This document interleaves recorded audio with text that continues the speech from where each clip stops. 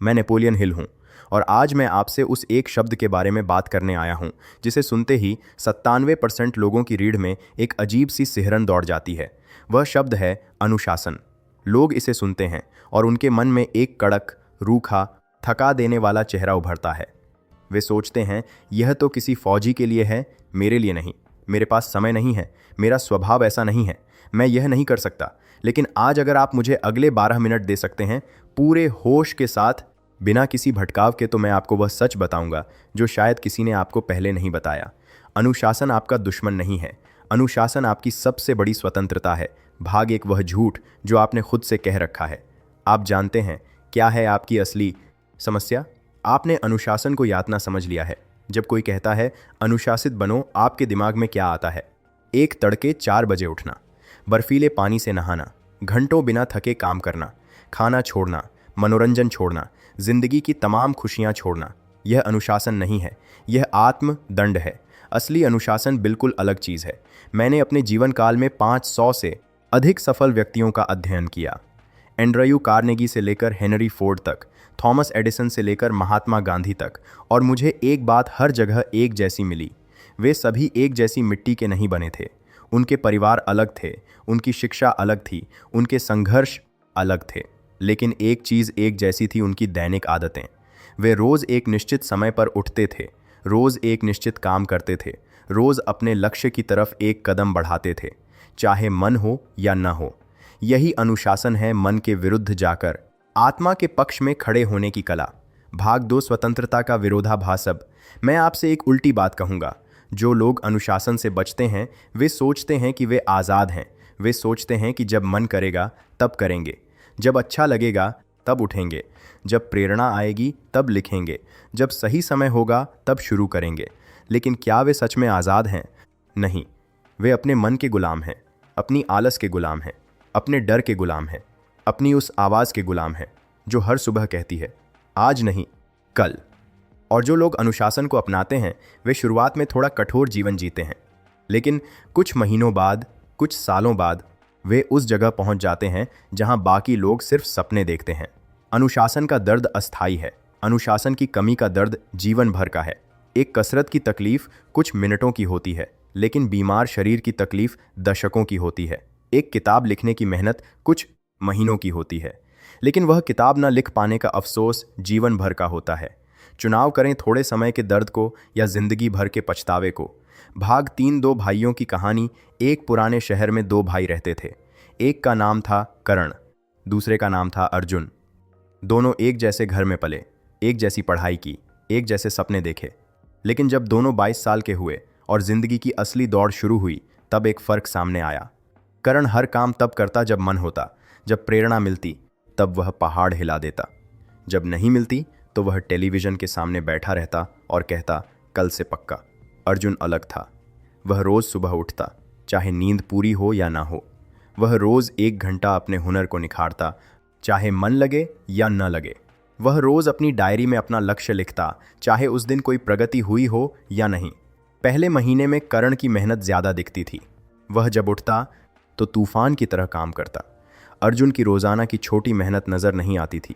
6 महीने बाद अर्जुन के काम में एक निखार आने लगा। 1 साल बाद लोग उसके काम की तारीफ करने लगे।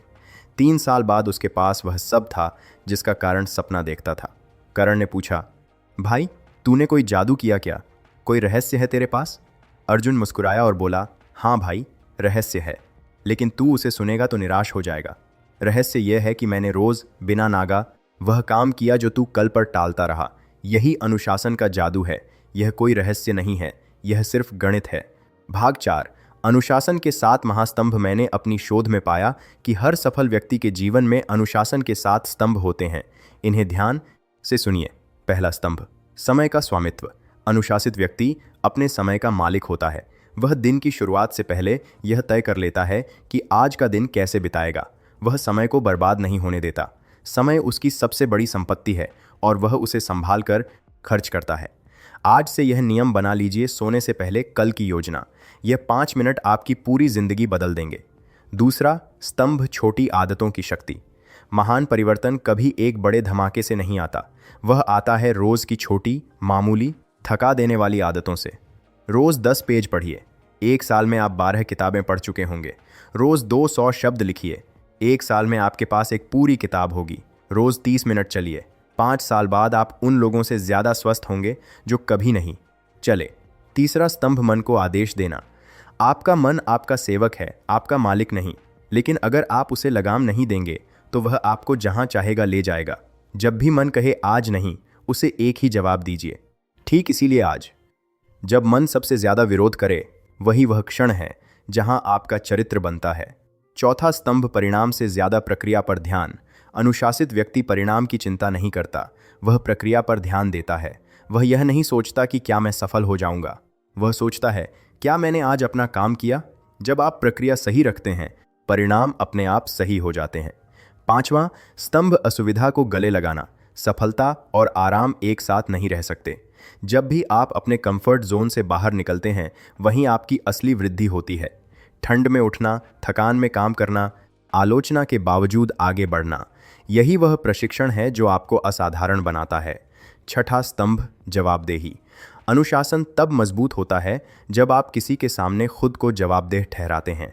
अपनी डायरी में लिखिए, किसी मित्र को बताइए, किसी समूह में शामिल होइए। जब आप जानते हैं कि कोई देख रहा है, तब आपका मन बहाना ढूंढना बंद कर देता है। सातवां स्तंभ, खुद से किए वादों की पवित्रता। यह सबसे महत्वपूर्ण स्तंभ है।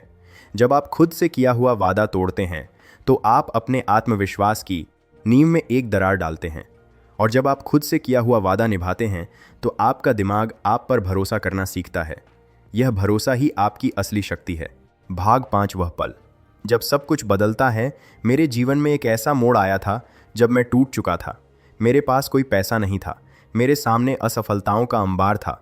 मेरे परिजन मुझ पर हंसते थे और एक रात मैं अपनी खिड़की के सामने बैठा था और सोच रहा था, क्या मैं गलत रास्ते पर चल रहा हूँ। तभी मेरे मन में एक सवाल आया, क्या मैंने आज वह काम किया जो मुझे करना था। और जवाब था नहीं। उस दिन मैंने एक निर्णय लिया। मैंने तय किया कि चाहे कुछ भी हो, मैं रोज़ एक निश्चित काम करूँगा। लिखूँगा, पढ़ूँगा, सोचूंगा और अगले दिन जो भी हो आगे बढ़ूँगा। उस रात के बाद से मेरी ज़िंदगी धीरे धीरे बदली। एक दिन में नहीं, एक महीने में नहीं, लेकिन बदली। अनुशासन का जादू यही है, यह तुरंत नहीं दिखता, लेकिन जब दिखता है तो सब चौंक जाते हैं। भाग 6, आपकी 66 दिन की चुनौती। अब वक्त है कार्रवाई का। वैज्ञानिकों ने पाया है कि एक नई आदत को स्थायी बनाने में औसतन 66 दिन लगते हैं। मैं आपको आज एक चुनौती दे रहा हूँ। अगले 66 दिनों तक हर दिन सिर्फ एक काम, सिर्फ एक, जो आपको आपके लक्ष्य के करीब ले जाए। चाहे आप एक लेखक बनना चाहते हो, रोज़ 200 शब्द। चाहे आप एक उद्यमी बनना चाहते हो, रोज़ 1 घंटा अपने व्यवसाय को। चाहे आप स्वस्थ होना चाहते हो, रोज़ 30 मिनट की कसरत। बस इतना। पहले 22 दिन यह बहुत कठिन लगेगा। मन बहाने बनाएगा, शरीर विरोध करेगा। यह सामान्य है। यही वह परीक्षा है जहां 97% लोग छोड़ देते हैं। 23 से 44 दिन यह थोड़ा आसान होने लगेगा। आप इसे अपनी पहचान का हिस्सा मानने लगेंगे। मैं वह इंसान हूं जो रोज़ यह काम करता है। 45 से 66 दिन जादू शुरू होगा। यह आदत आपकी प्रकृति बन जाएगी। अब आपको खुद को धकेलना नहीं पड़ेगा। अब वह काम न करना आपको बेचैन करेगा। यही वह मोड़ है जहां औसतता हो किसके बाद आप करते हैं, अब जो भारत करते हैं किसके बाद आप करते हैं, अब उसका पड़ावन में इंसान असाधारण बन जाता है। भाग 7, आज का पहला कदम। तो मेरे साथी यात्री, आज का दिन एक अवसर है। यह सूरज कल फिर उगेगा, लेकिन आज का यह क्षण, यह जागरूकता का यह क्षण दोबारा नहीं आएगा। अभी अपनी डायरी उठाइए और लिखिए, मेरा एक निश्चित उद्देश्य, मेरी एक दैनिक आदत जो मुझे वहां ले जाएगी। मैं इसे आज से शुरू करूंगा। तारीख, यह 3 पंक्तियां आपके जीवन की नींव हैं। याद रखिए, अनुशासन कोई बाहरी जंजीर नहीं है जो आपको बांधे। अनुशासन वह आंतरिक शक्ति है जो आपको आज़ाद करती है। आपको उस भीड़ से आज़ाद करती है जो हर सुबह कल का सपना देखकर हर रात निराश होती है। अनुशासन का वज़न ग्रामों में होता है, अनुशासन की कमी का वज़न टनों में। चुनाव आपका है। उठिए, अपना पहला कदम उठाइए और याद रखिए, यहाँ NH माइंडसेट पर हम सिर्फ बातें नहीं करते, हम मानसिकता बदलते हैं। धन्यवाद।